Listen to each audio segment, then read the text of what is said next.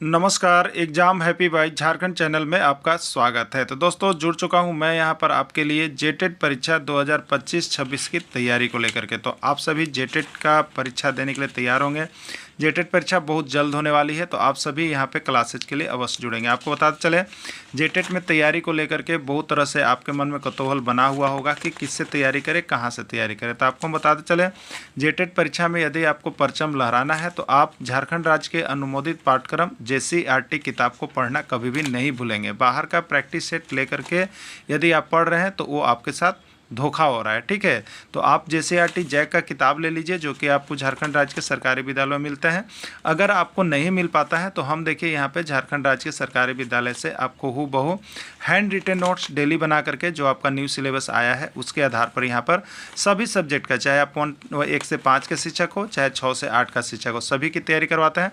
आप घर बैठे यहाँ पर क्षेत्रीय भाषा छोड़ करके सभी सब्जेक्ट का केवल 500 रुपये में तैयारी कर सकते, जिसके लिए देखिए यहाँ पर आपको मोबाइल नंबर दिया गया है 9631054226 पर आप संपर्क करके यहाँ से सभी कोर्सेज परचेज भी कर सकते हैं, तैयारी भी कर सकते हैं। बहुत सारे कोर्सेज बन गए हैं, तो आप अवश्य संपर्क कर लेंगे, घर बैठे ही तैयारी यहाँ से हो जाएगी। चलिए देखते हैं बनने के लिए निर्धारित उम्र सीमा कितनी होनी चाहिए। पंजाब टेट 2017 में पूछ दिया था, ठीक है, इसलिए हमने इसको बना दिया। राज्यपाल बनने के लिए निर्धारित उम्र सीमा कितनी होनी चाहिए? 30 वर्ष, 25 वर्ष, 35 वर्ष या 18 वर्ष, ठीक है। अभी आपने राज्यपाल के लिए योग्यता ऊपर देखा, उसमें राज्यपाल बनने के लिए न्यूनतम उम्र सीमा कितना था आपका? 35 वर्ष था। कितना था आपका? 35 वर्ष था। राज्यपाल की नियुक्ति कितने वर्षों के लिए होता है? हरियाणा टेट 2020 में पूछा गया है प्रश्न कि राज्यपाल की नियुक्ति कितने वर्षों के लिए होता है? 4 वर्ष, 5 वर्ष, 6 वर्ष या 7 वर्ष, ठीक है। तो राज्यपाल की जो यहाँ पे नियुक्ति की जाती है वो आपका 5 वर्षों के लिए किया जाता है, और हरियाणा टेट 2020 में पूछा गया था, ठीक है। तो राज्यपाल की नियुक्ति कितने वर्ष? 5 वर्ष के लिए की जाती है। राज्यपाल के पश्चात पर्यंत बना रहता है।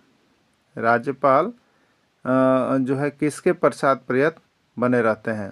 प्रधानमंत्री, मुख्यमंत्री, उपराज्यपाल या राष्ट्रपति? तो राष्ट्रपति के पश्चात पर्यंत ये राज्यपाल जो है अपने राज्य में बने हुए रहते हैं, नहीं तो राष्ट्रपति का जब अनुशंसा हो जाएगी तो वे जा भी सकते हैं, ठीक है।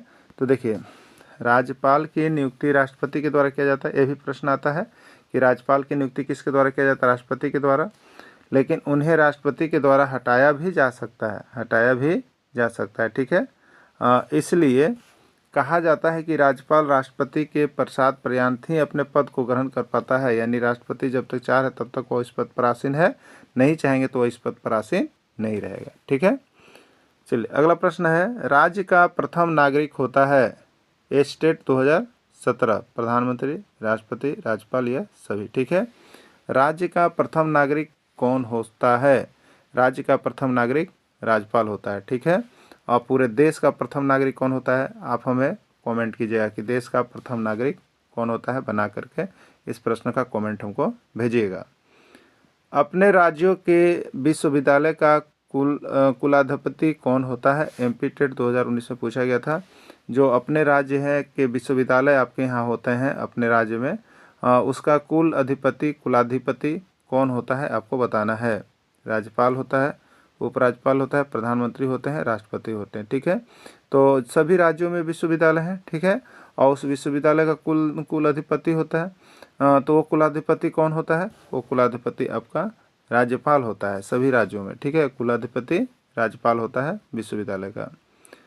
केंद्र शासित प्रदेश में होते हैं, पंजाब टेट 2017 में 16 में पूछा गया है कि केंद्र शासित प्रदेश में होते हैं राज्यपाल, उपराज्यपाल, राष्ट्रपति या सभी, ठीक है। तो केंद्र शासित प्रदेश में किसका पद है? उपराज्यपाल का पद सन्निहित होता है, उपराज्यपाल होते हैं, ठीक है। विधान परिषद का निर्माण होने के लिए प्रस्ताव पारित होना चाहिए, ठीक है। विधान परिषद का यदि कहीं निर्माण किया जाना है तो उसके लिए जो भी वहाँ एजेंट रहेंगे उसमें क्या प्रस्ताव पारित होना चाहिए, कितने लोग जब उस प्रस्ताव को पारित करेंगे तो वहाँ पे विधान परिषद हो सकता है। CG टेट 2021 छत्तीसगढ़ शिक्षक पात्रता परीक्षा 2021 में पूछा था। 2/3 बहुमत से, 4-5 बहुमत से, 5-6 बहुमत से या सभी, ठीक है।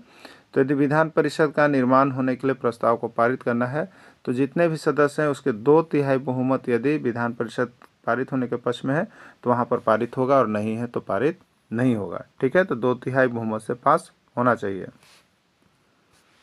झारखंड के प्रथम राज्यपाल हैं, यूपी टेट 2018 में पूछा है।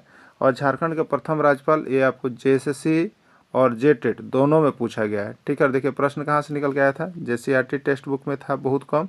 तो जेसीईआरटी टेक्स्ट बुक में देखिए बहुत कम प्रश्न बनेगा, लेकिन समझिए वो इतना इंपॉर्टेंट है कि आपको वहाँ से अइबे करेगा, इसलिए एकदम उसको पढ़ के जाइएगा। देखिए एग्जाम भी जब आपका शुरू हो जाए, अभी तो आप ले लीजिए, एग्ज़ाम शुरू होने से पहले जिसको भी ये वीडियो सजेस्ट करता है, तो आप यहाँ से पीडीएफ सबका बना हुआ है, आप मोबाइल नंबर भी दिया गया है, आप लोग यहाँ से जरूर लेकर के ही जाएंगे और पढ़ करके ही जाएंगे। कम प्रश्न में आपको ब्रह्मशस्त्र है ये, ठीक है, कम प्रश्न में अधिक आपको मिलेगा, इसलिए सभी को देख लीजिएगा।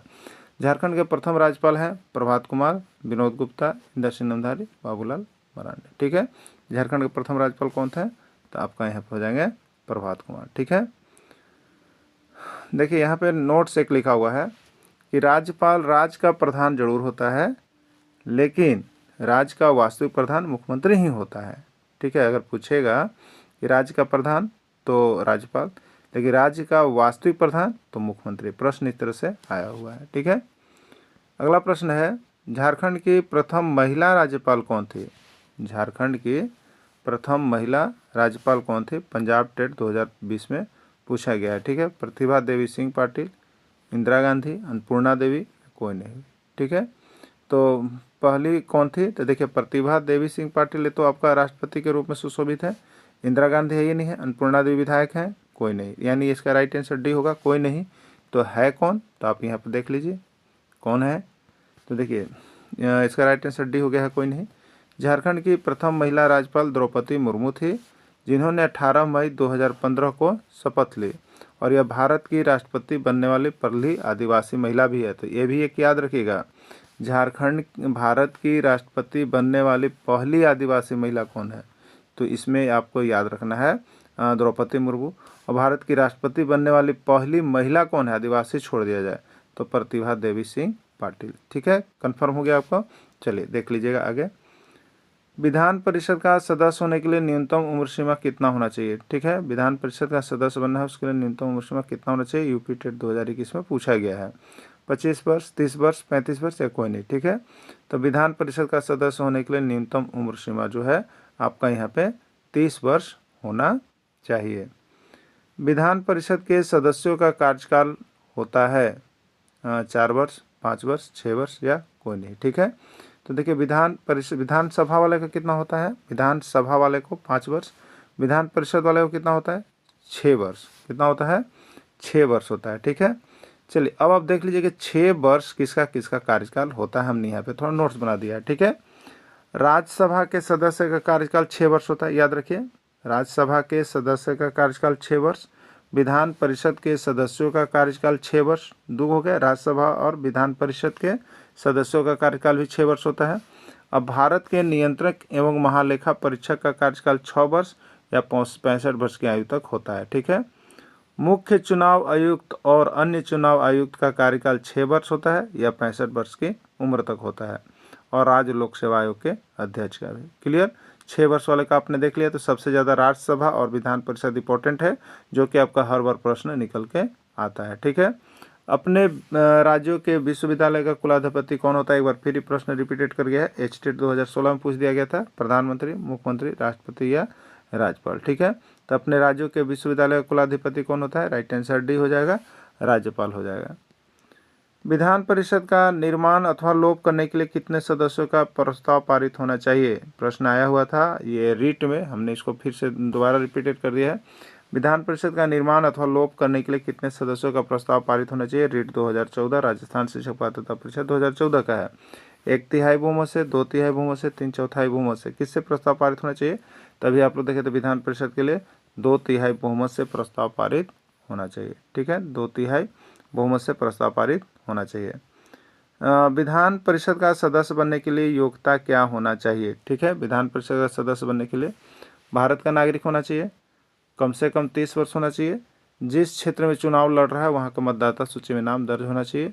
डी है सभी, ये सभी राइट आंसर हैं कि विधान परिषद का सदस्य होना है तो आपको ऊपर वाले तीनों योग्यता आपके पास होनी चाहिए। ठीक है, एमएलसी का फुल फॉर्म है, एमएलसी का फुल फॉर्म क्या होता है?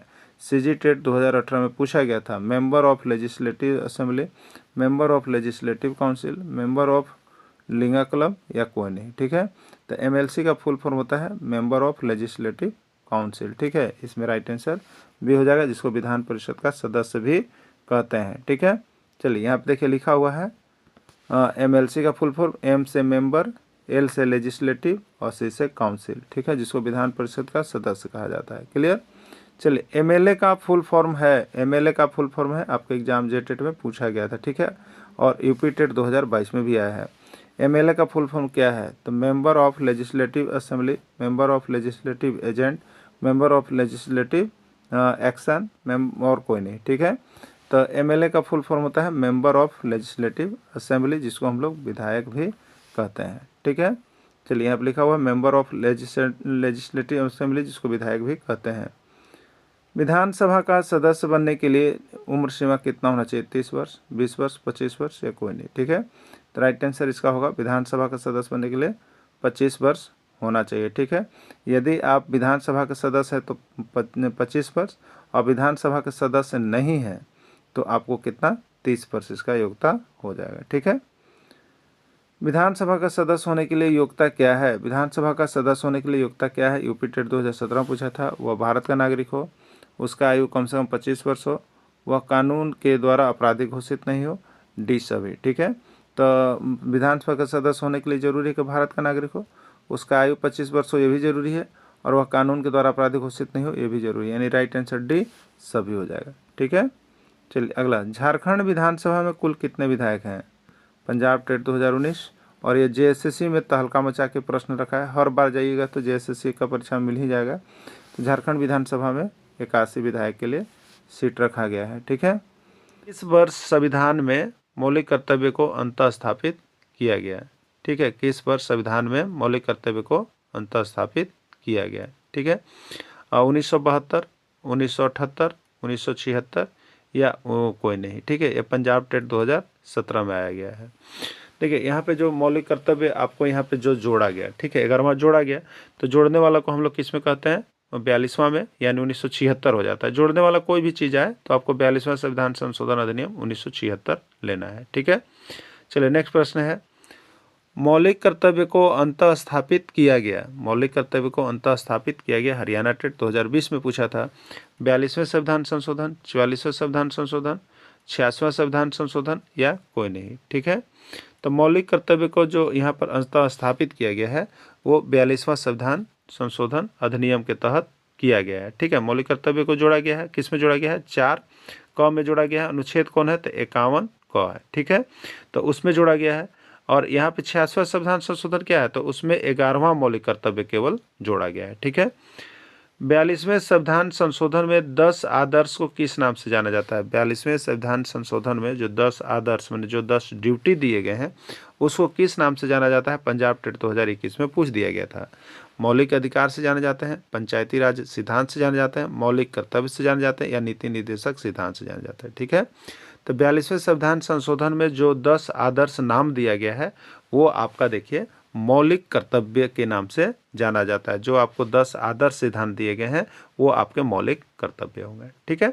बहुत ही देखिए अच्छे प्रश्न आपके जेसीईआरटी किताब में दिए गए हैं, आप उतना भी बना के चले जाइएगा ना तो आपको देखिए किसी तरह से 70% आपका पार ही हो जाएगा, ठीक है। इसलिए सभी कोई यहाँ पे जेसीईआरटी बना के जाइए, पढ़ के जाइए। नहीं है तो हमारे पास से ये पीडीएफ बना हुआ है, सबका पीडीएफ आपको मिल जाएगा, ले लीजिए और यहाँ से पढ़ के आराम से चले जाइए, ठीक है। 1976 में 42वें संविधान संशोधन के द्वारा संविधान में नागरिकों के लिए कितने मौलिक कर्तव्य निश्चित किए गए थे, ठीक है। 42वें संविधान संशोधन अधिनियम 1976 के तहत कितने मौलिक कर्तव्य निश्चित किए गए थे, ठीक है। तो 42वां संविधान संशोधन अधिनियम 1976 तक हमारे पास कितने मौलिक कर्तव्य थे? 10 मौलिक कर्तव्य थे। लेकिन 86वां संविधान संशोधन जब 2002 हो गया तो इसमें एक और मौलिक कर्तव्य जोड़ दिया गया, जो है शिक्षा का अधिकार अधिनियम 6 से 14 वर्ष के बच्चों को निःशुल्क और अनिवार्य शिक्षा उपलब्ध कराने का। तो उस समय 11 हो गया, लेकिन जिस समय 42वां था उस समय 10 था, ठीक है। तो राइट आंसर से कितना हो जाएगा? 10 हो जाएगा। भारतीय संविधान के किस भाग में मौलिक कर्तव्य को जोड़ा गया है? बताइए, भारतीय संविधान के किस भाग में मौलिक कर्तव्य को जोड़ा गया है? यूपी टेट 2020 का प्रश्न है, ठीक है। भाग 4 में, भाग 4 क में, भाग 3 में या भाग 3 क में, ठीक है। तो भारतीय संविधान के किस भाग में? तो भारतीय संविधान के भाग 4 के क में, 4 के क में मौलिक कर्तव्य को जोड़ा गया है, ठीक है। भाग याद रखिएगा, अनुच्छेद 51 रहेगा और भाग 4 का क रहेगा, अनुच्छेद भी 51 क, ठीक है। चलिए नेक्स्ट देखिए अब यहाँ पे भारतीय संविधान में मौलिक कर्तव्य की सूची निम्नलिखित में से किस भाग के रूप में जोड़ी गई थी? भारतीय संविधान में मौलिक कर्तव्य की सूची निम्नलिखित में से किस भाग के रूप में जोड़ी गई थी? भाग 4 में, 5 में, 2 में या 3 में, ठीक है। तो पंजाब टेट 2020 का देखिए प्रश्न बहुत तरह से दिए हुए रहते हैं, इसीलिए हमने सारे तरह के प्रश्न को यहाँ पे निकाल दिया है कि जिससे आपको समस्या न रहे। जैसा ही प्रश्न है आप उसको यहाँ पे वहाँ पे बना करके ही आए, ठीक है। तो भारतीय संविधान में मौलिक कर्तव्य की सूची निम्नलिखित में से किस भाग के रूप में जोड़ी गई है? तो ये आपका यहाँ पर 4, ठीक है, 4 में जोड़ा गया है। तो ही 4 यहाँ पर लिखा हुआ है, कहीं रोमन संख्या में लिखा हुआ है, कहीं डिजिट में लिखा हुआ है, कहीं हिंदी में लिखा हुआ है, तो सब चीज़ आपको देख के ही जाना है ना। चलिए अगला है भारतीय संविधान के किस अनुच्छेद में मौलिक कर्तव्य को जोड़ा गया? भारतीय संविधान के किस अनुच्छेद में? देखिए मौलिक कर्तव्य का 2 चीज़ आपको याद रखना है, एक अनुच्छेद के तहत और एक भाग के तहत, ठीक है।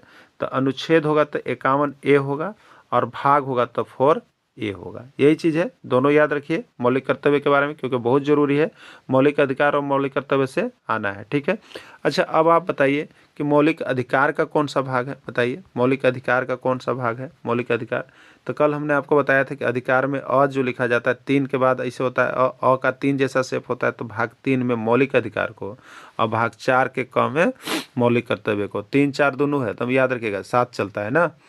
चलिए यहाँ पे हो जाएगा 51A।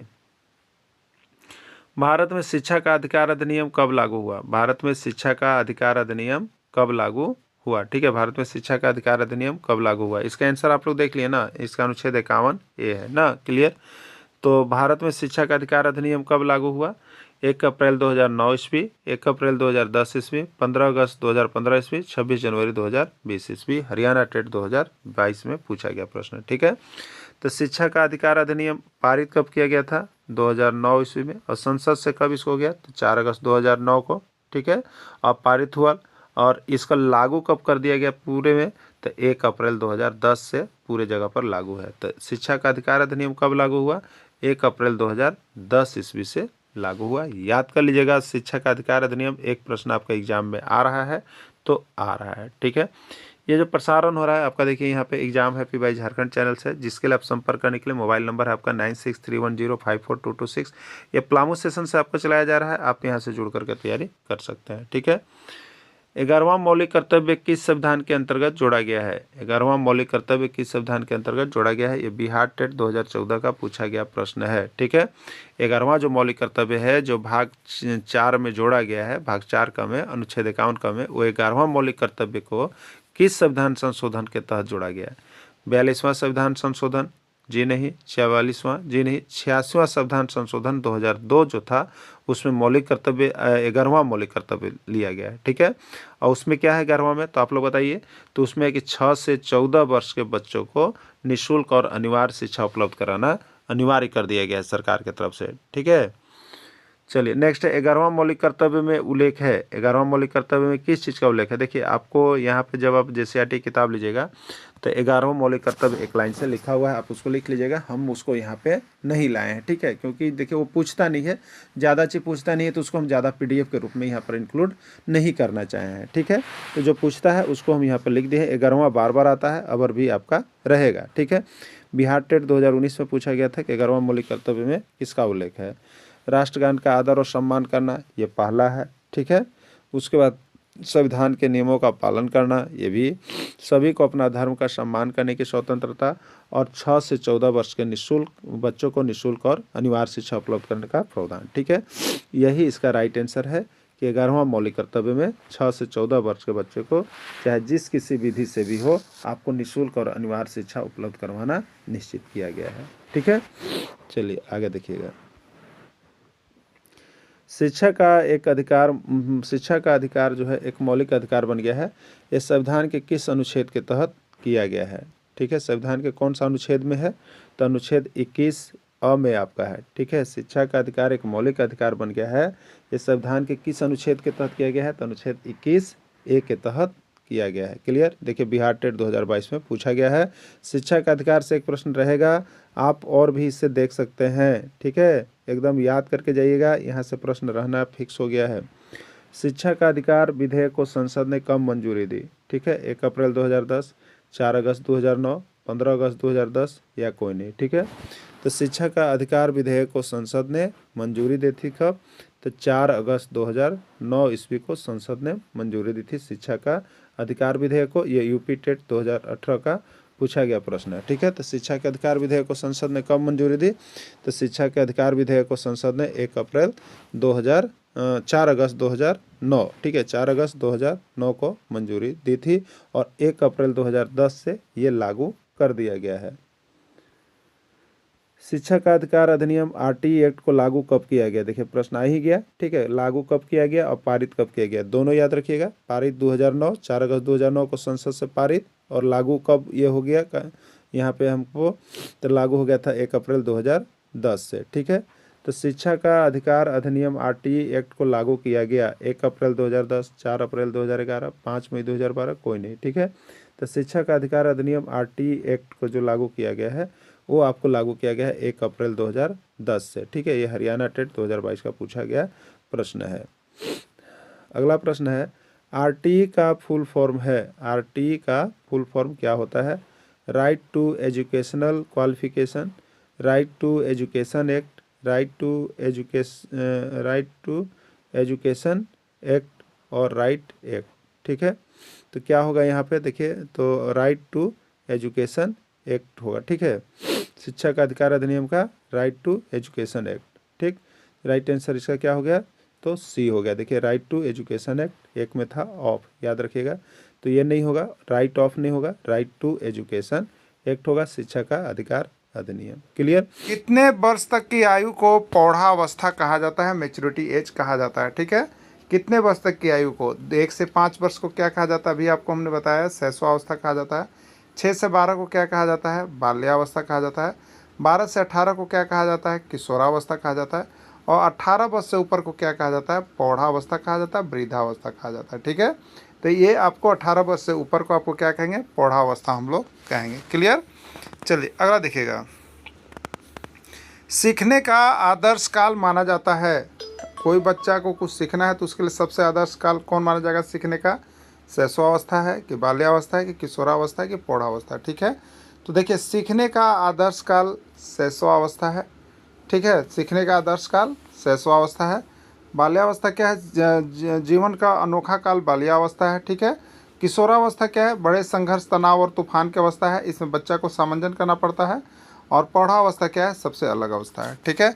तो सीखने का आदर्श काल शैशवावस्था को माना जाता है। कल्पना जगत में विचरण होता है, कौन सी अवस्था है जिसमें बच्चा कल्पना जगत में विचरण, झूठी झूठी कल्पना करके वह दुखी हो रहा होता है, वो कौन सी अवस्था है? शैशवावस्था, किशोरावस्था, बाल्यावस्था, कोई नहीं, ठीक है। शैशवावस्था में बच्चा क्या होता है? दूसरों पर आश्रित रहता है, ये कोई कल्पना करता ही नहीं है, ठीक है। किशोरावस्था यही वो अवस्था है जिसमें बच्चा सोचता कुछ है, करता कुछ है, होता कुछ है, बहुत अधिक सामंजन करने की जरूरी इसको होता है। तो ये कल्पना जगत में इसमें बच्चा क्या कर रहा है? विचरण कर रहा होता है, तो ये किशोरावस्था होता है, ठीक है। और बाल्यावस्था तो ये गंदी अवस्था है, बच्चों को खेलने की अवस्था है। चलिए नेक्स्ट प्रश्न है, बालक मुख्य रंगों की पहचान कब करने लगता है? किस उम्र में बालक मुख्य रंगों की पहचान करने लगता है? 5 वर्ष, 2 वर्ष, 3 वर्ष, 4 वर्ष, ठीक है। तो बालक मुख्य रंगों की पहचान कब करने लगता है? राइट आंसर ए, 5 वर्ष की अवस्था में बालक रंगों का पहचान करने लगता है। एक ऑथेंटिक यहाँ सिलेबस के आधार पर आपको बताया गया है, ठीक है। चलिए अगला प्रश्न है, एक बच्चा एम को डब्लू पढ़ रहा है, यह किस विकार से प्रभावित है? एक बच्चा एम को डब्लू पढ़ रहा है, किस विकार से प्रभावित है, ठीक है। पढ़ने वाला चीज़ के लिए हमने जो नोट्स बना के आपको दिया है उसमें बताया है कि बच्चा लक्ष्य को लुक्स पढ़ता है, तो ये पढ़ने वाली समस्या लक्ष्य वाली होती है, ठीक है। एम को डब्लू पढ़ रहा है, पढ़ने लक्ष्य, तो लक्ष्य से याद रखिएगा लैक्सिया, और लैक्सिया के पहले ए कोई जोड़ता है, कोई डिस जोड़ता है, तो डिसलैक्सिया। तो ये बच्चे का डिसलेक्सिया वाला बीमारी है, जो पढ़ने वाला बीमारी आता है, तो डिसलेक्सिया इसका राइट आंसर हो जाएगा। ठीक है। एक बच्चा 2 + 2 = 5 कह रहा है। एक बच्चा 2 + 2 = 5 कह रहा है और 2 × 8 = 15 कह रहा है। यह किस विकार से संबंधित है? एलेक्सिया, डिस्ग्राफिया, डिस्कैल्कुलिया या अफेजिया? ठीक है, चलिए देखते हैं। 2 + 2 = 5 कर रहा है। ये कौन सा काम कर रहा है? कैलकुलेशन का काम कर रहा है, कैलकुलेट कर रहा है, गणित का काम कर रहा है। 2 × 8 = 15 कर रहा है, ये भी गणित का काम कर रहा है। ठीक है, तो गणित में क्या होता है बताइए? कैलकुलेशन होता है, कैलकुलेशन। ठीक है, तो याद रखिएगा, कैलकुलेशन मतलब कैलकुलेटर से होता है, कैलकुलेटर से कैलकुलिया होता है। ठीक है, तो कैलकुलिया रोग होता है। कौन सा रोग होता है? कैलकुलिया। तो अगर उसके पहले डिस लगाइएगा तो डिसकैल्कुलिया, और ए लगाइए तो एल्कुलिया। ठीक है, तो यहाँ पर डिसकैल्कुलिया हो जाएगा। गणित से संबंधित कोई भी परेशानी हो रहा है तो गणित कैलकुलेशन का चीज़ है, इसलिए कैलकुलेशन मतलब कैलकुलिया याद रखिएगा, तो यह डिसकैल्कुलिया हो जाएगा। ठीक है, चलिए नेक्स्ट। एक बच्चा गणित से संबंधित प्रश्नों में त्रुटि कर रहा है। एक बच्चा गणित से संबंधित प्रश्नों में त्रुटि कर रहा है, यह किस विकार से संबंध है? डिसकैल्कुलिया, डिस्ग्राफिया, अफेजिया, डिस्फेजिया। ठीक है, एक बच्चा गणित से संबंधित प्रश्नों में त्रुटि कर रहा है। तो गणित वाला क्या होता है? गणित में क्या होता है बताइए? कैलकुलेशन होता है। कैलकुलेशन से याद रखिएगा कैलकुलिया, और कैलकुलिया पहले डिस लगाएगी तो डिसकैल्कुलिया, यानी गणित वाली जो त्रुटि आएगी वो डिसकैल्कुलिया में चली जाएगी। ठीक है, डिसकैल्कुलिया होगा इसका राइट आंसर।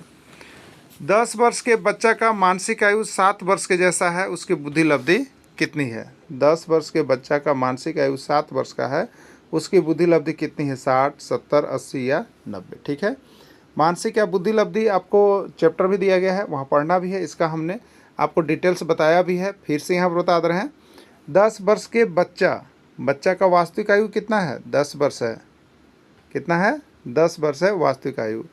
और मानसिक आयु कितना है? मतलब उसका दिमाग कितना उम्र के जैसा काम कर रहा है? मानसिक आयु 7 वर्ष है, 7 वर्ष है। ठीक है, बुद्धि लब्धि का सूत्र क्या होता है? आपको बताया गया था। बुद्धि लब्धि का सूत्र होता है मानसिक आयु, ठीक है, बट्टे वास्तविक आयु इंटू 100 होता है। मानसिक आयु बच्चा का कितना है? 7 है, तो 7 लिख लिए।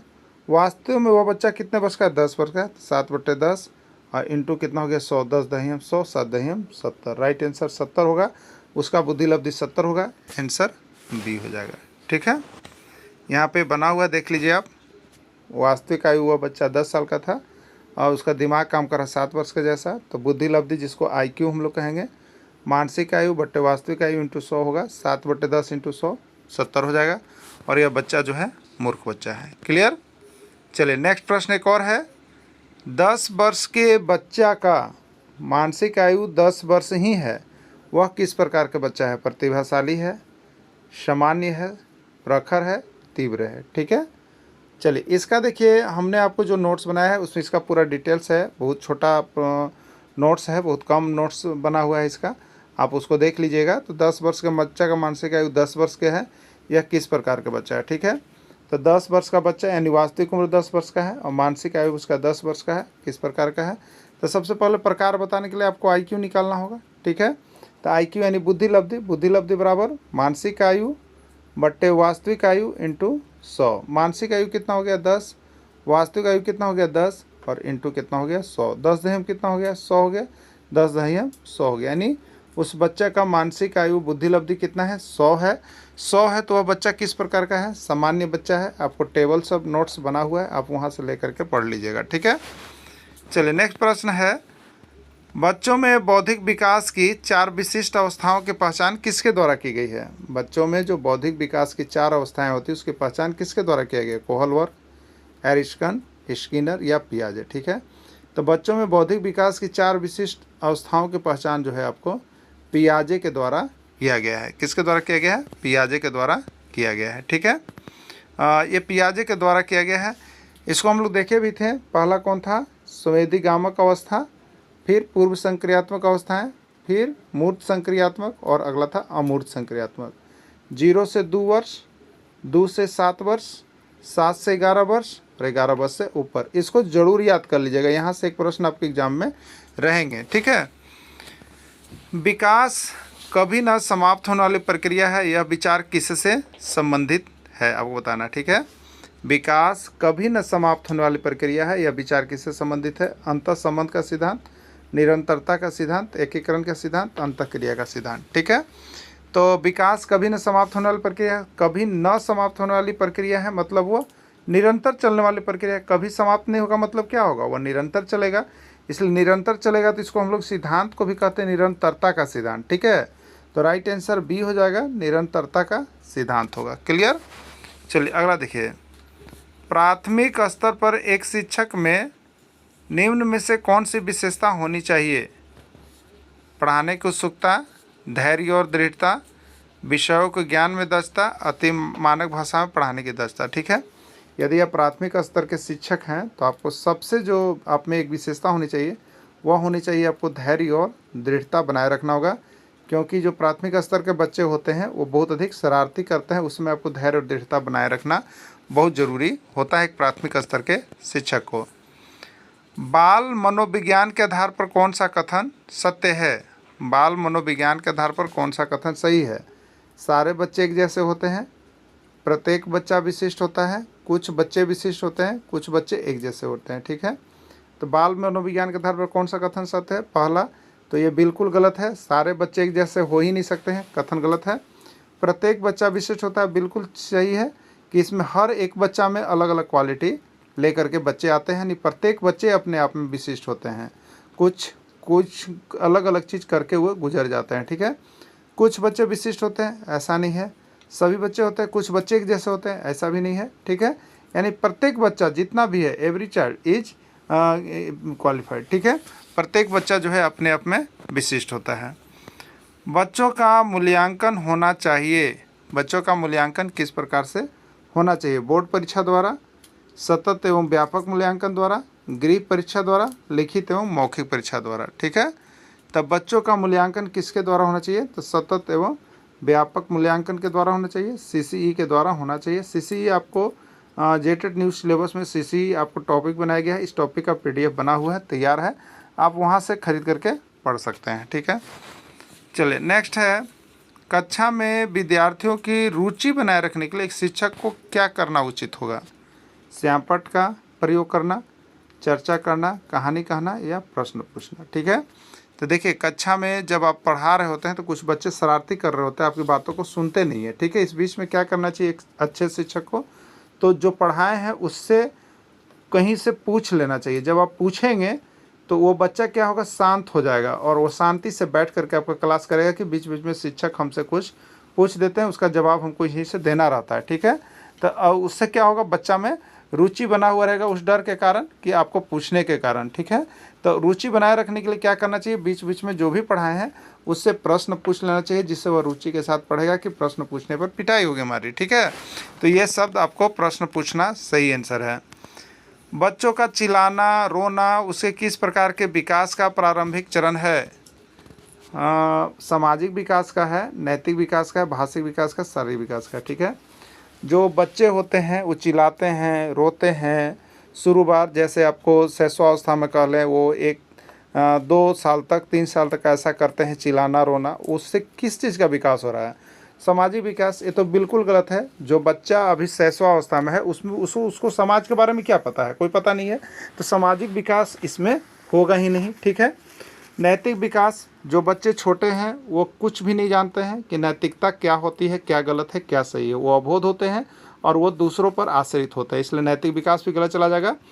भाषिक विकास, देखिए ये बिल्कुल सही है। बच्चा चिल्लाते रोते हुए क्या करता है, तो वह अपनी भाषा का विकास कर रहा होता है। चिल्लाते चिल्लाते कभी माँ भी बोलता है, कभी मम्मी बोलता है, कभी पापा बोलते हैं, ये भाषिक विकास का क्रम होता है। ठीक है, जिस समय बच्चे चिल्लाते हैं रोते हैं। ठीक है, तो भाषिक विकास इसका राइट आंसर हो जाएगा। बहुत बार प्रश्न आया, हो सके आपके एग्जाम में आ जाए। ठीक है, व्यक्तिक विभिन्नता को प्रभावित करता है। हर एक बच्चे, हर एक व्यक्ति एक दूसरे से कुछ न कुछ में अलग अलग है। यह भिन्नता उसके किस कारण से होता है? वंशानुगत कारक से, पर्यावरण संबंधी कारक से, ए और बी दोनों से, या कोई नहीं। ठीक है, तो जो बच्चे भिन्न होते हैं, जो व्यक्ति एक दूसरे से भिन्न हो रहे हैं आजकल, अलग अलग हैं, उसका कारण क्या है? उनका कुछ वंशानुगत होता है, जो उनके माता पिता, चाचा चाची, दादा दादी, नाना नानी, किसी से कुछ मिलता है। और दूसरा होता है पर्यावरण संबंधी कारक, जो उसके विकास को या व्यक्तिगत भिन्नता, सबकी रुचि अलग होती है। पर्यावरण संबंधी कारक यानी वह जहाँ रह रहा होता है उस पर निर्भर करता है कि वहाँ वो किस तरह से रह रहा था। यानी राइट आंसर इसका सी होगा, ए और बी दोनों इसका करेक्ट आंसर है। ठीक है, चलिए अगला प्रश्न है, पियाजे के अनुसार संज्ञानात्मक बाल विकास की कितनी अवस्थाएं हैं? पियाजे के अनुसार संज्ञानात्मक बाल विकास की कितनी अवस्थाएं हैं? 3, 4, 5 या 6। ठीक है, तो यहाँ पर कितनी अवस्थाएं हैं? 4 अवस्थाएं बताई गई है संज्ञानात्मक विकास की। ठीक है, जिसमें पहली अवस्था कौन है? जिसमें पहली अवस्था है संवेदीकामक अवस्था, जन्म से 2 वर्ष, सेंसरी मोटर स्टेज हम लोग कहेंगे। दूसरी अवस्था है पूर्व संक्रियात्मक अवस्था, 2 से 7 वर्ष तक, जिसको प्री ऑपरेशनल स्टेज कहेंगे। तीसरा है मूर्त संक्रियात्मक अवस्था, जो कि 7 से 11 वर्ष होता है, उसको कंक्रीट ऑपरेशनल स्टेज कहेंगे। और चौथा है अमूर्त या औपचारिक संक्रियात्मक अवस्था। ये चारों अवस्थाओं का डेट याद रखिएगा कि जन्म से 2 वर्ष तक संवेदीगामक अवस्था है और यह पहली अवस्था है। दूसरी अवस्था जो पूर्व संक्रियात्मक अवस्था है, 2 से 7 वर्ष होता है। तीसरी अवस्था जो है मूर्त संक्रियात्मक अवस्था होता है, वो 7 से 11 वर्ष होता है। और चौथी अवस्था जो होता है अमूर्त या औपचारिक संक्रियात्मक अवस्था, तो 11 वर्ष से ऊपर होता है, इसको याद रखिएगा। ठीक है, अवध को ब्रिटिश राज में कैसे मिलाया गया? सैन्य कार्रवाई के बल पर, कुशासन का आरोप लगाकर, हड़प नीति लगाकर, या कोई नहीं। ठीक है, तो कुशासन का आरोप लगाकर अवध को ब्रिटिश राज में मिलाया गया। 1856 ईस्वी में लॉर्ड डलहौजी ने कुशासन का आरोप लगाकर अवध को ब्रिटिश राज में मिलाया था। बंगाल को स्वतंत्र किसने बनाया? लॉर्ड डलहौजी, मुर्शिद कुली खां, सरफराज खां या अलवर्दी खां। ठीक है, तो बंगाल को स्वतंत्र जो है आपको बनाए थे मुर्शिद कुली खां। ठीक है, मुर्शिद कुली खां। प्लासी का युद्ध कब हुआ? 23 जून 1757, 22 मई 1857, 23 अप्रैल 1856, 23 मार्च 1757। ठीक है, तो प्लासी का युद्ध कब हुआ? तो 1757 ईस्वी को हुआ था। 23 जून 1757 ईस्वी को ब्रिटिश ईस्ट इंडिया कंपनी, अंग्रेज और बंगाल के नवाब सिराजुद्दौला के बीच लड़ा गया था। इस युद्ध में अंग्रेजों ने सिराजुद्दौला को हरा दिया और बंगाल पर अपनी पकड़ मजबूत कर ली। प्लासी का युद्ध में अंग्रेजी सेना का नेतृत्व किसने किया? Robert Clive, Hector Munro, Lord Dalhousie या कोई नहीं। ठीक है, तो इसका देखिए ट्रिक क्या होता है? तो ट्रिक होता है पी कर बकता है मूर्ख, पी कर बकता है मूर्ख। पी से देखिए प से प्लासी का युद्ध, और क र से रॉबर्ट क्लाइव, और बकता है तो बक से बक्सर का युद्ध, और है मूर्ख तो है से हेक्टर मुनरो। ठीक है, तो प्लासी का युद्ध में अंग्रेजी सेना का नेतृत्व किसने किया? तो पी कर बकता है मूर्ख, पी कर, तो पी से प्लासी का युद्ध, क र से रॉबर्ट क्लाइव, रॉबर्ट क्लाइव हो गया, राइट आंसर ए हो गया। यहाँ पर देखिए बना दिए हैं हम आपके लिए। हर समय देखिए जैसे भी जरूरी होता है हम आपको बना देते हैं ट्रिक। तो इस तरह से आपका हिस्ट्री सेशन देखिए बहुत ही आसान हो जाता है, हिस्ट्री आपके लिए बहुत ही आसान बन जाता है। यही आप मान के चलिएगा कि आपको जो याद नहीं हो रहा था वो आपको अब याद हो रहा होगा। ठीक है, तो इसके लिए आपको क्या करना है? हमारे साथ जुड़ जाना है। सिर्फ SST की क्लासेज यहाँ पे 500 रुपये में आपकी तैयारी हो रही है। आप सभी जुड़ करके आराम से तैयारी कर सकते हैं। ठीक है, बाकी सब्जेक्ट वाइज आप 100 रुपये में PDF यहाँ से प्राप्त कर सकते हैं। प्लासी के युद्ध में अंग्रेजी सेना का नेतृत्व रॉबर्ट क्लाइव ने किया, और बक्सर के युद्ध में अंग्रेजी सेना का नेतृत्व हेक्टर मुनरो ने किया। ठीक है, मुर्शिद कुली खान ने बंगाल की राजधानी कहाँ स्थानांतरित की? ढाका, मुर्शिदाबाद, बंगाल या कोई नहीं। ठीक है, तो मुर्शिद कुली खां है तो उसका राजधानी ढाका था, वो ढाका से मुर्शिद है इसलिए मुर्शिदाबाद को ले गया, वहीं पे चला गया, तो मुर्शिदाबाद स्थानांतरित किए थे। ठीक है, जयपुर शहर की स्थापना किसने की? सवाई राजा जय सिंह, अजीत सिंह, भारमल सिंह या कोई नहीं। ठीक है, तो जयपुर शहर की स्थापना सवाई राजा जय सिंह ने किया था। ठीक है, सवाई राजा जय सिंह ने किया था। सवाई राजा जय सिंह ने अपनी राजधानी जयपुर बनाई और उन्होंने ही जयपुर शहर की स्थापना की। सिख धर्म की स्थापना किसने की? सिख धर्म की स्थापना किसने की? गुरु नानक, गुरु अंगद, गुरु रामदास, गुरु अर्जुन देव। ठीक है, तो सिख धर्म की स्थापना किसने किया? तो सिख धर्म का स्थापना गुरु नानक ने किया। ठीक है, किसने किया? गुरु नानक ने सिख धर्म की स्थापना किया था। गुरु नानक का जन्म तलवंडी नामक स्थान पर हुआ, इन्होंने ही सिख धर्म की स्थापना की। गुरुमुखी लिपि का आविष्कार किसने किया? गुरु नानक, गुरु अंगद, गुरु रामदास, गुरु अर्जुन देव। ठीक है, तो गुरुमुखी लिपि का आविष्कार जो है गुरु अंगद ने किया था। गुरु अंगद ने गुरुमुखी लिपि का आविष्कार किया और इनका प्रारंभिक नाम जो था लाहना था। अमृतसर शहर का स्थापना किसने किया? अमृतसर शहर का स्थापना किसने किया? गुरु अंगद, गुरु रामदास, गुरु अर्जुन देव, गुरु हरि कृष्ण। ठीक है, तो अमृतसर शहर का स्थापना किसने किया था? रामदास ने किया था, गुरु रामदास ने।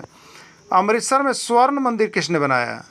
अमृतसर में स्वर्ण मंदिर किसने बनाया? गुरु नानक, गुरु अर्जुन देव, गुरु रामदास या गुरु अंगद। ठीक है, तो अमृतसर में स्वर्ण मंदिर का निर्माण जो है आपको गुरु अर्जुन देव के द्वारा करवाया गया। ठीक है, गुरु अर्जुन देव ने अमृतसर में स्वर्ण मंदिर बनाया और खुसरो को आशीर्वाद देने पर जहांगीर ने सिखों के 5वें गुरु अर्जुन देव को फांसी की सज़ा दे दी थी। तो याद रखिएगा, अर्जुन देव को किसने, सिखों के 5वें गुरु अर्जुन देव को किसने फांसी की सज़ा, खुसरो का आशीर्वाद देने पर? तो जहांगीर ने। ठीक है, किसने?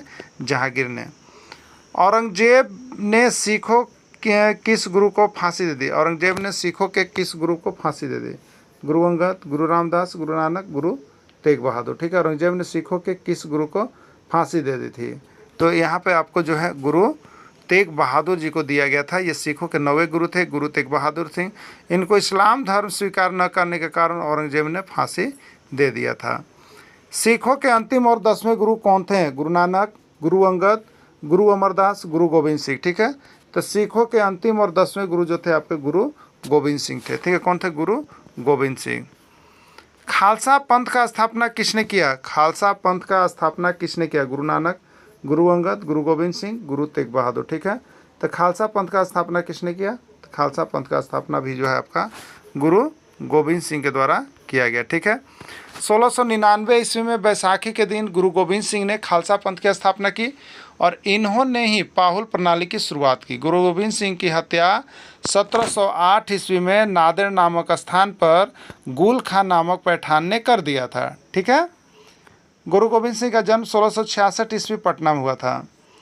शिवाजी के गुरु कौन थे? समर्थ रामदास, कोंडदेव, शाहजी भोसले। शिवाजी का पूरा हमने देखिए ट्रिक से आपको पढ़ाया था। ठीक है, कौन थे? शिवाजी शाहजी को साल देकर पुणे और बंगाल साथ गए। ठीक है, तो शिवाजी के गुरु कौन थे? तो शिवाजी के गुरु यहाँ पर देखिए 2 तरह के गुरु हैं। एक आध्यात्मिक गुरु है जिनमें नाम आता है, शिवाजी के आध्यात्मिक गुरु का नाम मौसले आता है। ठीक है, अब देखिएगा समर्थ रामदास था। अब देखिएगा, और इनके एक गुरु थे और जो यहाँ पर चरित्र निर्माण किए वो उनके दादा या कोंडदेव का नाम आता है शिक्षक का। ठीक है, तो आध्यात्मिक में समर्थ रामदास, अमरदास और इसमें कोंडदेव, दोनों को याद रखिएगा। ठीक ना, शिवाजी के गुरु या दादा, शिवाजी के गुरु या दादा का नाम कोंडदेव था और इनके आध्यात्मिक गुरु समर्थ रामदास थे। शिवाजी के छत्रपति की भी उपाधि मिली थी, याद रखिएगा। शिवाजी के दरबार में थे अष्टप्रधान, नवरत्न, सप्तप्रधान या कोई नहीं? शिवाजी के दरबार में कौन थे? ठीक है, तो शिवाजी के दरबार में आपका थे अष्टप्रधान। शिवाजी के मंडली में अष्टप्रधान थे जिसमें पेशवा जो है प्रधानमंत्री का पद था। शिवाजी ने अपने दरबार में किस भाषा को अपनाया था? शिवाजी ने अपने दरबार में किस भाषा को अपनाया था? संस्कृत, उर्दू, मराठी या बंगला। ठीक है, तो शिवाजी ने अपने दरबार में मराठी भाषा को अपनाया था। याद रखिएगा, शिवाजी के दरबार में मराठी भाषा का प्रचलन था। उत्तराखंड में कितने प्रकार की जनजातियां हैं? 32 है अभी तक जो दिया गया है। जनजातियों में सबसे प्राचीन और आदिम जनजाति कौन है? असुर है। आपको अभी देखे थ्योरी क्लासेज में। जनजातीय लोग आजीविका के रूप में क्या अपनाते थे? जनजातीय लोग आजीविका के रूप में क्या अपनाते? कृषि, पशुपालन, व्यापार, उद्योग, कुछ नहीं। तो जनजातीय लोग आजीविका के रूप में जो है अपना कृषि एवं पशुपालन को अपनाते थे।